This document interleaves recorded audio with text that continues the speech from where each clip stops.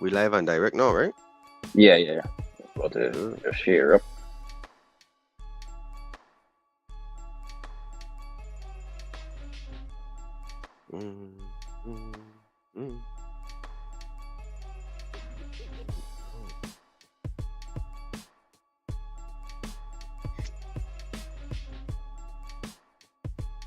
What's up, Poops? What happened?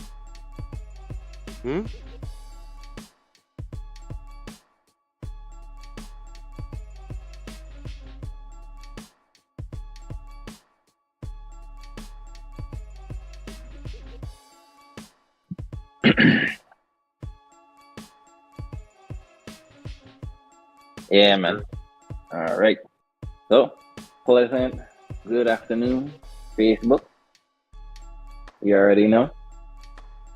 It's your boy, MindHack Sack. And with me, my road dog then. Yes, Starting sir. with the hand fan, Yo. followed by KJ with the uno dos. And yes, sir. And welcome to MindHack Moments once again, where we work to empower you with the tools to nurture your inner well-being, forge sir. self-mastery, and build robust connection with others. Yes, sir. And what better way to endeavor on building robust connection with others than navigating how to disagree, right? Am I right? Are you right? You sure are. Hey, What man. did he say? Well, disagreeing, it's a very funny thing. I mean, we all are part of VI Facebook, so we've seen what the topic was, and we've seen that it has nothing short of disagreements and discourse. And that's a very normal thing to just happen in general, right?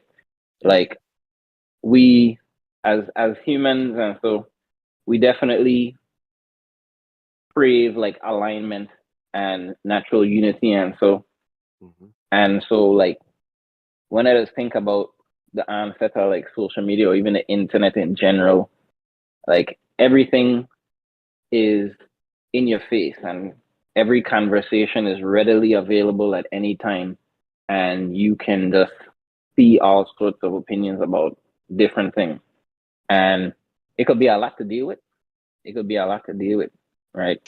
Okay. Especially when it comes to like disagreements, right? I see a lot of people so tired of this, in fact, that they'll say stuff like, "Oh, if you only come in on my post to disagree, then don't come at all." Like, that kind of thing. Yeah. And Monopolizing your opinion, for sure. yeah, and it's it's an interesting like thing to look at, because like I could understand the frustration with that, right?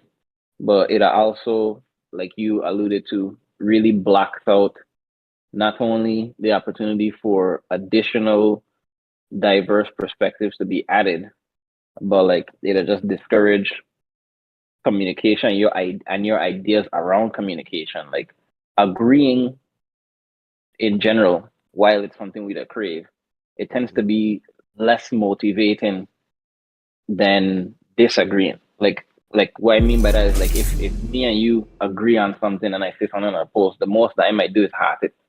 I'm not going to comment extensively about how much I agree with you, because you probably already said like the most important things. And so there's nothing really to be gained from that. But the gem in disagreeing is that there is absolutely key pieces of information that Mhm. we may often miss that can add on to our perspective, because all that stuff does at the end of the day really is create opportunities for more robust outcomes. And so that's why I really want to talk about the importance of disagreement, of disagreeing, like really driving home that importance, as well as sharing this super cool framework that I found one day when I was reading. I don't even remember how I find it, my boy, but Mhm. I just I just be looking at stuff and I just happen upon it. You check. Yeah. And so I can jump right into it, man. It is called The Hierarchy of Disagreement, I believe. It's by Paul Graham. So KJ, if you can get that one shot of it, pull it up one time. And it basically is a it's kind of like a pyramid that Mhm. kind of rates the types of statements that you would respond to somebody with on particular scales that range from both how convincing it is, Mhm. as well as like how imbued with emotion it is versus like a sound logical like argument, essentially, right? And this guy Paul Graham, he when he proposed this idea, it was like just in like an essay that the man wrote in like 2008 in Mhm. reference to the onset of like the internet and these impending increased conversations. He just like proposed this kind of framework that shows what these levels are. And like at the bottom of the thing, it ranges from straight up name calling, right?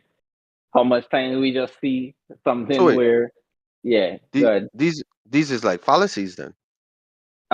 As you like when you go like when you down on the list, yeah. So like it goes from like fallacies to like stronger things, or like Validation. the yeah, or like sound arguments. Like it like fallacies are like examples of what could fall in these categories, basically. Mhm.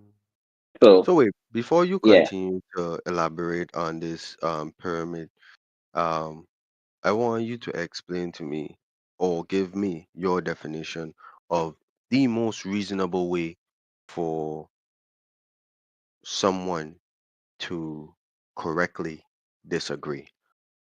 Before you start, kind of diving into a different perspective. I think I want the people to hear, as well as myself, I'd like to know what you think is the right way to disagree. And before you go ahead and say that, I just want to do a quick couple of big ups so you have a little time to think.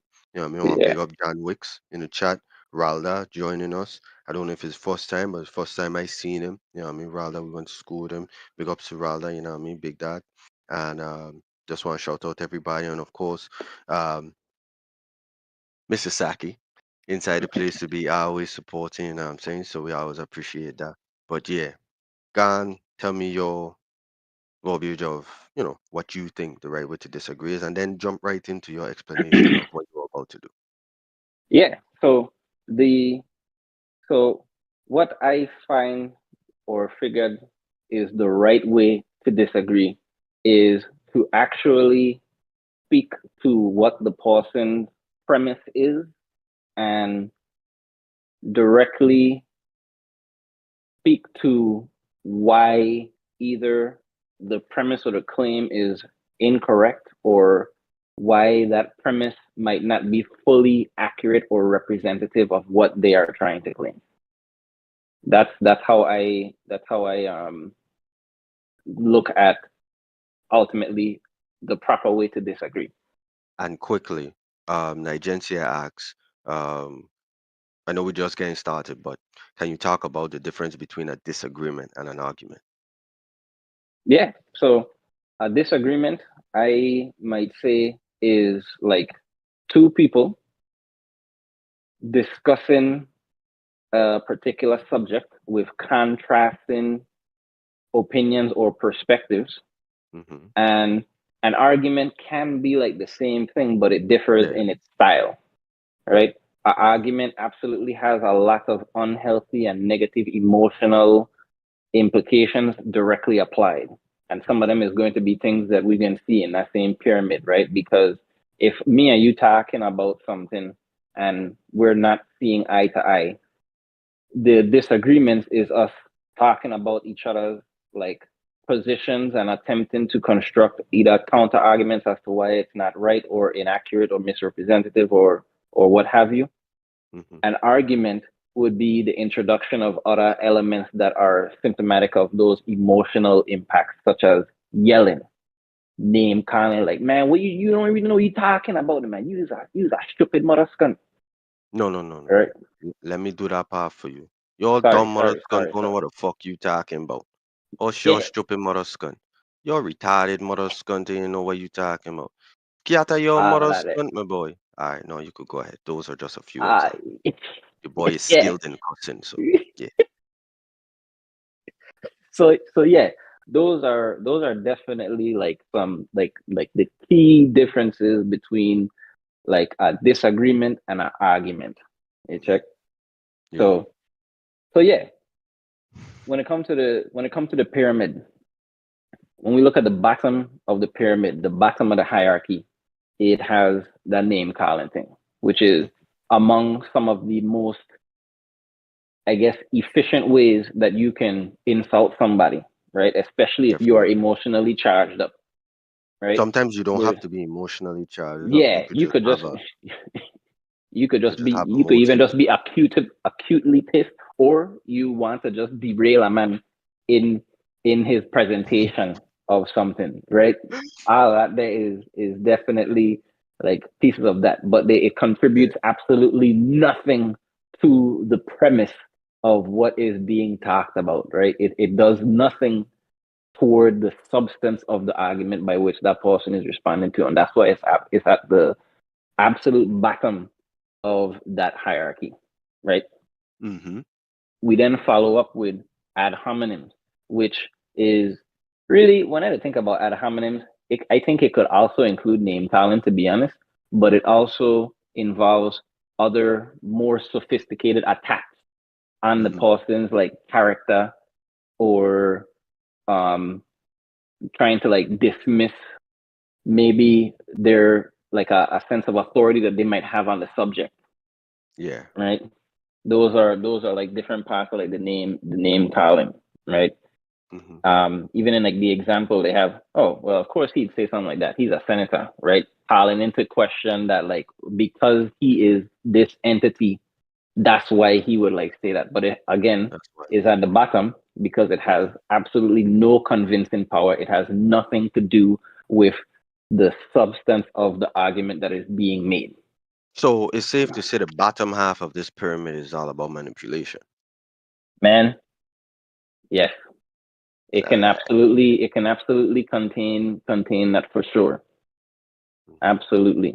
Right? Because it's not just like manipulation, it also could be significant to somebody just being angry, brash, Okay. no longer actually participating in an intellectual or critical way. You check. Mm. Yeah. Because the next part, responding to tone, and even though like it has responding to tone, I also would kind of like put responding to maybe the characteristics or the makeup of the argument as Sarcasm. opposed to like the argument. So it could be like you saying like somebody says something and it's like you like yeah you it sounded pretty sarcastic there, and so because you evaluating like the quality of how it was delivered, Mm-hmm. you trying to dismiss the argument as a whole because of how it either came off or how you interpreted it to come off. It's absolutely higher on that hierarchy because you have at least began to talk about The something with the topic. argument, Yeah. but you ain't actually engage the topic itself.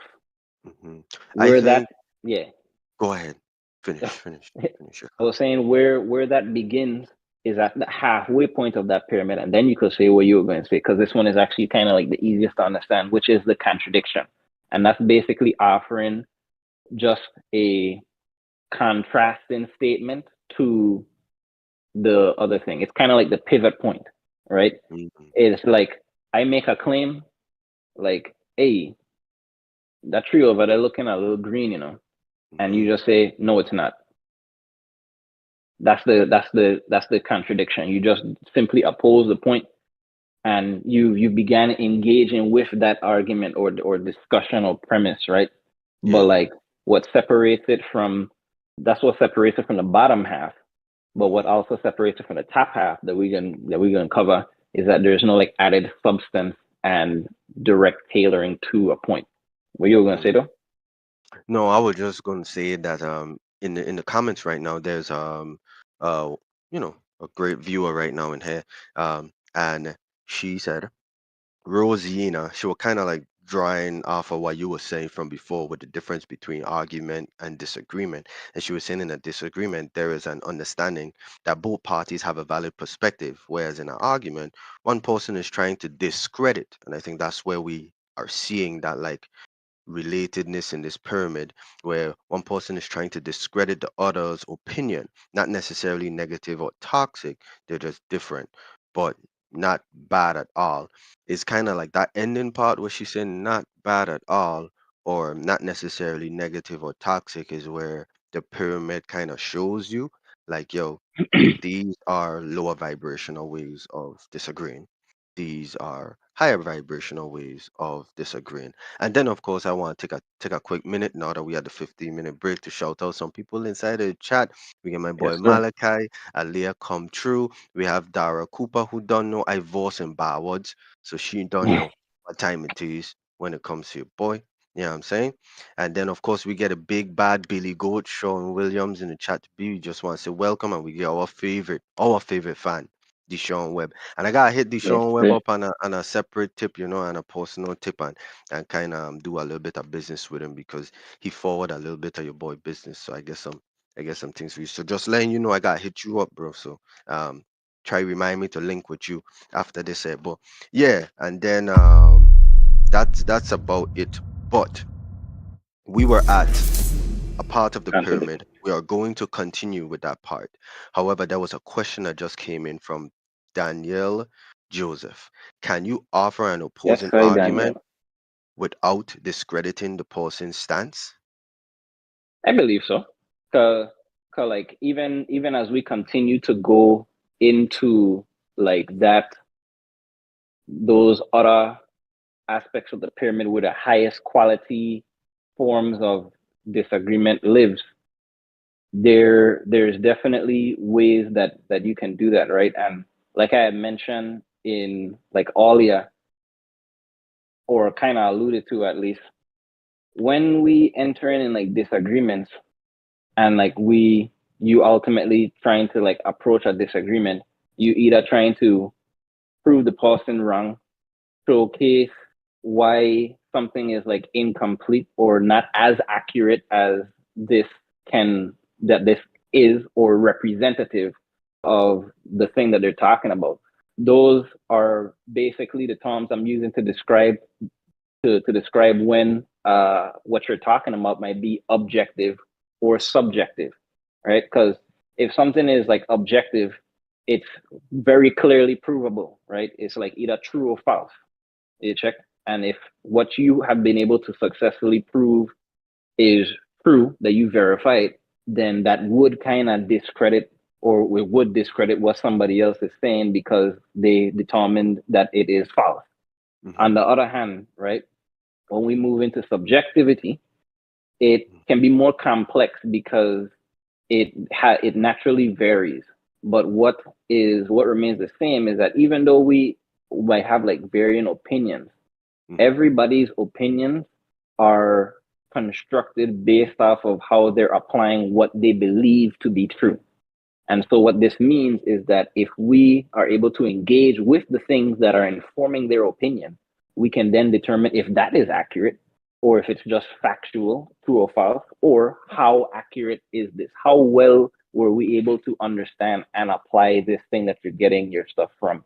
So, it is possible to discredit somebody's thing should it be like completely false. Like you believe something, you've been applying it for your life, and then you have you've been shown that this thing ain't true, then that would be like discrediting it, right?